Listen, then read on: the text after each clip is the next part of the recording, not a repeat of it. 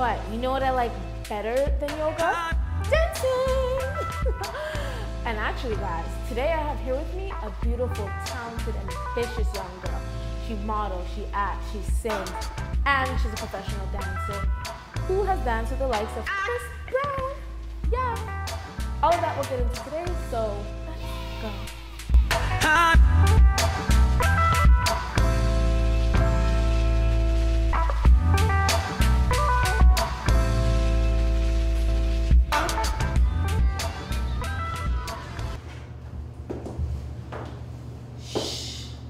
Go creep up on Stacey in practice. I'm a little early, but who cares?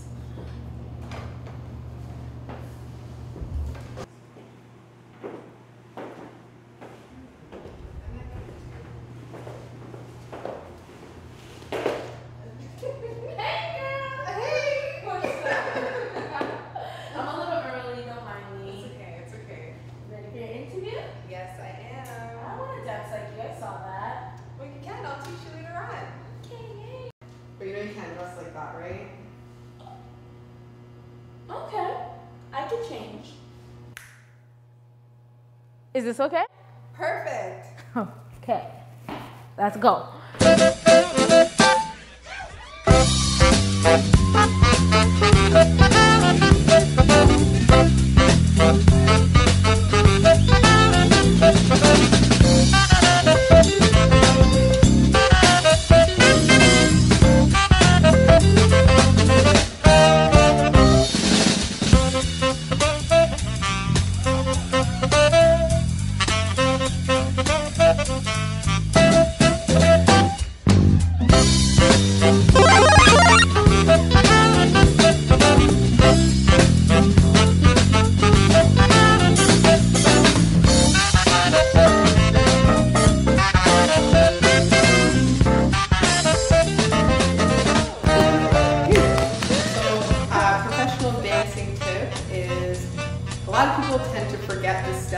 Or the count, which is completely normal. The best thing is don't overthink it, and if you're ever in a gym, just freestyle it out, put your own little moves to it. The show must go on, and I can guarantee you will bounce back in and get right back into the steps. Professional tip.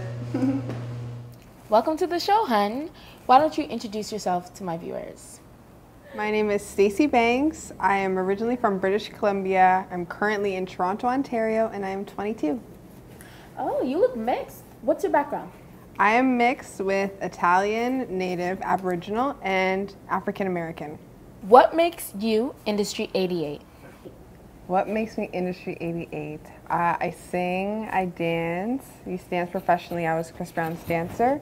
I currently model, and everything that I want to do just has to do with the industry. I want to be a music editor in the future, and yeah, that's what makes me. Oh, Chris Brown. How did that happen? I heard about an audition, and I just went, tried my luck, and got a call back to be a part of the showcase. Nice. So how was it working with such a mega superstar?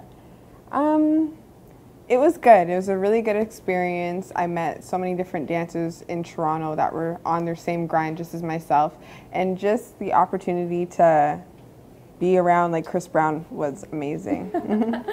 So do you guys still talk now? No. We do not, and it was a while ago, but just based on that, like, be changed, you know? People move on. Yeah, you don't really have contact. What's it like being an up-and-coming Toronto model? What is it like being a Toronto-based upcoming model?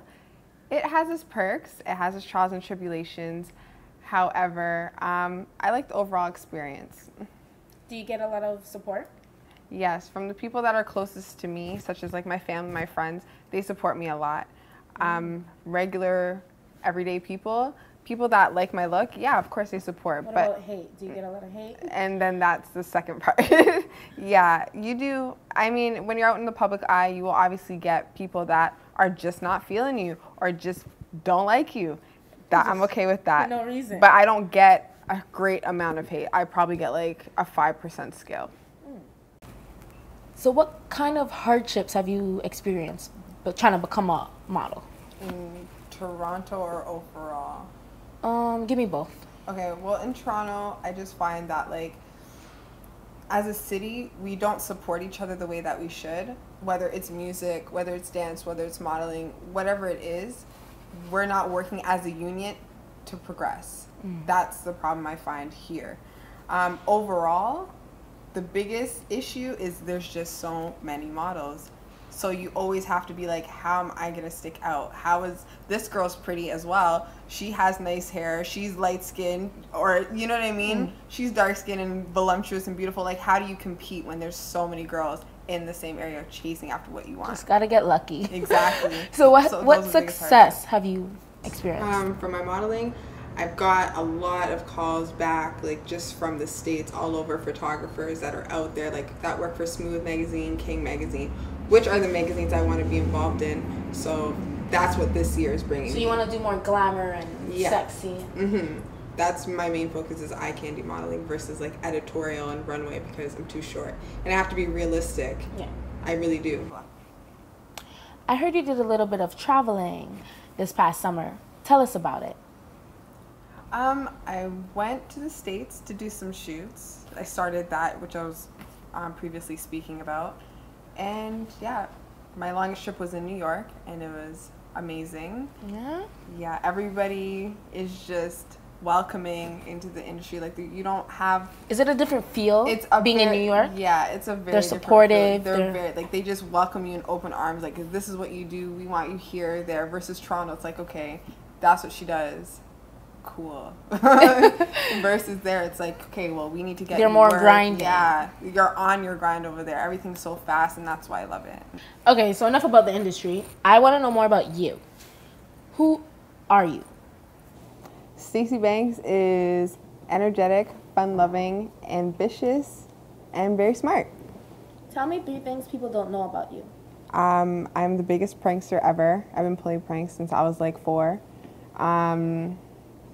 I am anal on English grammar, and I love to read. Are you single? Yes, and ready to mingle. Okay, so what do you look for in a guy? He has to be smart.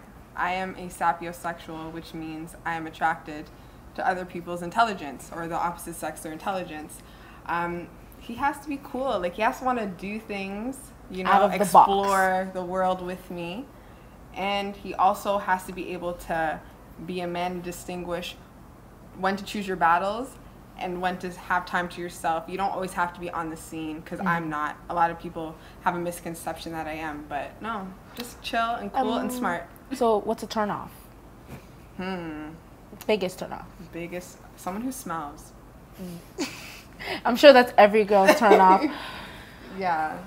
Okay, anything else? I don't like when you smell. I don't like an idiot. Like, I hate that so much. Like, you have to have common sense. At least. Something, you know? And I don't like when guys feel that what they have makes them who they are. You know what I mean? Like, if you didn't have your car, or if you didn't have your jewelry or your money, you'd be ugly and broke down and no one would talk to you. So, like, I like a realistic type of guy. You know? I like that. What you have doesn't make you who you are. Yeah, I know. So what would you say is your best feature? I have a couple. But my main one is my smile. I get a lot of reviews, like good positive reviews on my smile. Smile for me. Okay, nice. Yeah. You do have a beautiful smile. Thank you. Okay, so what's your worst feature? What would you... What are you most insecure about? My boobs. There we go. That's what? Too small for you? Yep.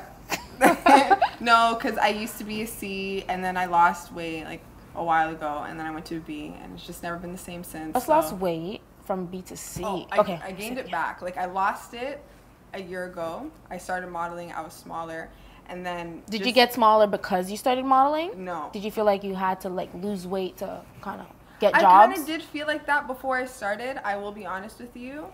But why? Because a lot of people feel like they gotta be small to model. Yeah, but as you know, like somebody also as well in the fashion industry, it's always changing. Like, now it's all about the bootylicious, big booty, you know, all that stuff. So in order to stay relevant, you gotta. So did you gain weight again because of that? Yes, I did. Wow. So you lose weight when they say lose weight. You gain it when they say gain weight. Well, it's the industry. Right. Gotta do what That's you all gotta can do. What are your thoughts on the amount of sexuality that's being portrayed by women in the entertainment industry?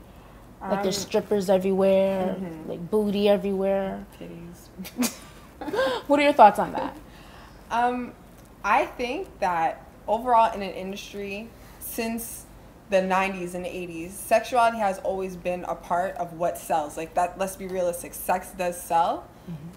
But I think now it's just ridiculous. I really do. I feel that way because girls, we're not built like that. Like, I want to see more comfortable females in what they are. Like, if you have small titties and a big ass, you got small titties and a big ass. If you have, like, you know what I mean, big titties and, like, normal, proportionate people, they're looking like dinosaurs.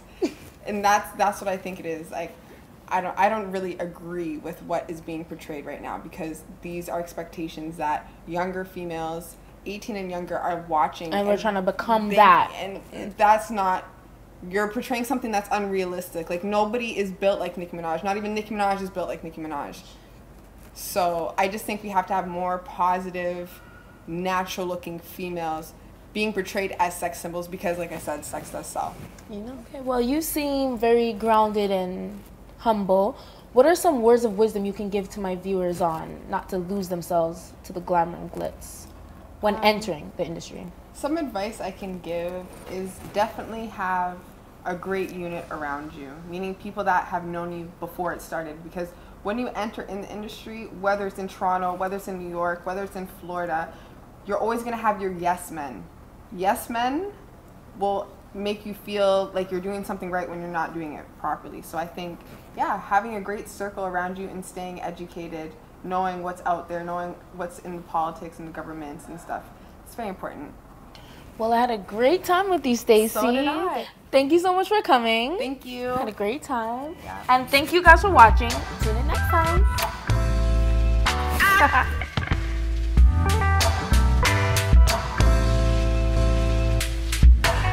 Hey, just want to give a shout out to everybody who was a part of this production.